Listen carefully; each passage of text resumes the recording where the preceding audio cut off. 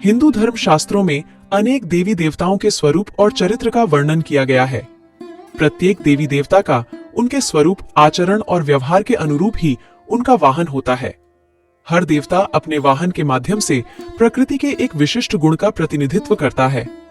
आध्यात्मिक दृष्टिकोण से इन वाहनों के रूप में बहुत ही अद्भुत रहस्य और सूक्ष्म प्रेरणाएं छिपी हुई हैं, जिनको जानकार व्यक्ति प्रकृति द्वारा दिए गए मूक संदेशों को भली भांति समझकर अपने जीवन में उतार सकता है। मूषक है गणपति की सवारी। गणपति का वाहन मूषक अर्थात चूहा है। चूहे का स्वभाव है कि वह प्रत्येक वस्तु, चाहे वह काम की हो या बेकार, सबको कुतरकर क्षति पहुंचाता है। इसी प्रकार कुतर्की लोग भी हर कार्य में अपने कुतर्कों द्वारा व्यवधान उत्पन्न करते हैं। श्री गणेश ज्ञान एवं बुद्धि के देवता हैं तथा कुतर्क चूहा है, जिसे गणेश जी ने अपनी सवारी बनाकर अपने नीचे दबा रखा है। इस बात से यह संदेश मिलता है कि हमें बुरे लोगों की अर्थहीन बातों को हटाकर उनका दमन कर अपने विवेक से काम लेना चाहिए। बैल भगवान शिव का वाहन। शिव पुराण में शिव जी का वाहन वृषराज नंदी को बताया गया है। आमतौर पर खामोश रहने वाले बैल का चरित्र उत्तम और समर्पण भाव वाला होता है। बल और शक्ति के प्रतीक बैल को मोह माया और भौतिक इच्छाओं से परे रहने वाला प्राणी माना जाता है। यह सीधा साधा प्राणी जब क्रोधित होता है तो शेर से भी भिड़ जाता है। शिव की सवारी। बैल से जन जन को यही प्रेरणा मिलती है कि शक्तिशाली होने पर भी शांत एवं सहज रहना चाहिए। वह परिश्रम द्वारा जीवन में सदैव धर्म के मार्ग पर चलते रहना चाहिए। मां दुर्गा करती हैं शेर की सवारी। देवी भागवत के अनुसार मां दुर्गा की सवारी सिंह वन में संयुक्त परिवार में रहने वाला प्राणी है। यह वन का सबसे शक्तिशाली प्राणी होता है, किंतु अपनी शक्ति को व्यर्थ में खर्च नहीं करता है। आवश्यकता पड़ने पर ही इसका उपयोग करता है।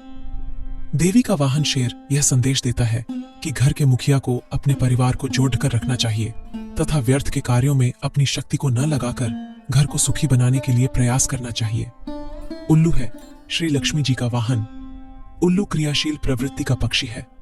वह अपना पेट भरने के लिए भोजन की तलाश में निरंतर कार्य करता रहता है। इस कार्य को वह पूरी लगन के साथ करता है। लक्ष्मी के वाहन उल्लू से यही सीखने को मिलता है कि जो व्यक्ति दिन रात मेहनत करता है, मां लक्ष्मी की सदैव उन पर कृपा होती है। मां लक्ष्मी हमेशा स्थायी रूप से मेहनती लोगों के घर में निवास करती हैं। गरुड़ पर सवार हैं भगवान विष्णु। गरुड़ ऐसा पक्षी है जो आकाश में बहुत ऊंचाई पर उड़कर भी पृथ्वी के छोटे छोटे जीवों पर नजर रख सकता है। गरुड़ सांपों का शत्रु होता है। इस कारण कहा जाता है कि यह विष को खत्म करने वाला अर्थात आतंक को नष्ट करने वाला पक्षी है। ऐसे ही परम शक्तिशाली भगवान विष्णु सबका पालन करने वाले हैं। उनकी नजर प्रत्येक जीव पर होती है। विष्णु जी के वाहन से सदैव अपनी दृष्टि पैनी बनाए रखने एवं जागरूक बने रहने की प्रेरणा मिलती है। हंस है मां सरस्वती का वाहन। हंस पवित्र, जिज्ञासु और समझदार पक्षी होने के साथ साथ जीवन पर्यंत एक ही हंसनी के साथ रहता है। परिवार में प्रेम और एकता का यह उत्तम उदाहरण है। इसके अलावा हंस के सामने दूध और पानी मिलाकर रख दें तो वह केवल दूध पी लेता है और पानी छोड़ देता है। कहने का तात्पर्य यह कि हंस सिर्फ गुण ग्रहण करता है, अवगुण छोड़ देता है। हंस मोती चुगकर सर्वश्रेष्ठ को ग्रहण करने का संदेश देता है। पिशाच पर है हनुमान जी का आसन। हनुमान जी प्रेत या पिशाच को अपना आसन बनाकर उन पर बैठते हैं और इन्हीं को अपने वाहन के रूप में प्रयोग करते हैं। पिशाच या प्रेत बुराई तथा दूसरों को भय एवं कष्ट देने वाले होते हैं। इसका अर्थ है कि हमें बुराई व दुष्ट प्रवृत्ति के लोगों को अपने ऊपर हावी नहीं होने देना चाहिए। रथ पर सवार भगवान सूर्य हमारी सृष्टि के प्रत्यक्ष देवता।